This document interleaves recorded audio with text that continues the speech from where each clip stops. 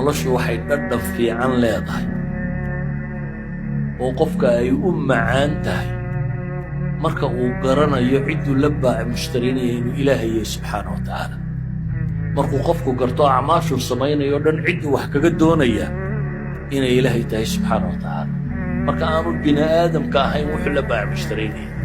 istuska iyo ismaqashiinta iyo waxaan la sheego alriyaa walsumca walcujba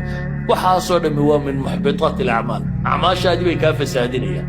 tijaaradaada ilaahay xoolaa kaga heli lahayd iyo jannada ayay kaa baabi'inayaan sidaa awgeed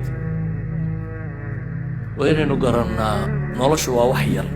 waa sannado kooban waxaa la noolaanayaa sannadaha isku day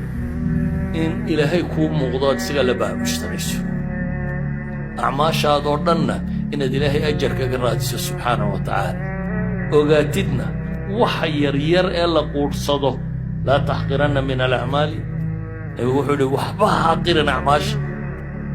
ashyaadaa la yidhi rillays daymiyey bay yacni rimaan loo siiyey qof inuu soo maalo ayaa janno lagu gelayaa baa la yidhi markaa acmaasha waxba ha xaqirin waayo cidda aad wax ka rabtaa waa cid cirka iyo dhulkaba hanata deeqna isaga loo daayey wuxuu haystaana aanay madhanaynin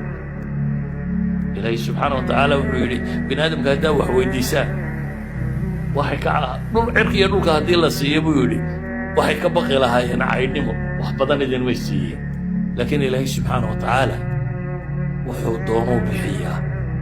laakiin ciddii xaq mudata buu siiyaa صلى الله على نبينا محمد وعلى آله وصحبه وسلم والحمد لله رب العالمين.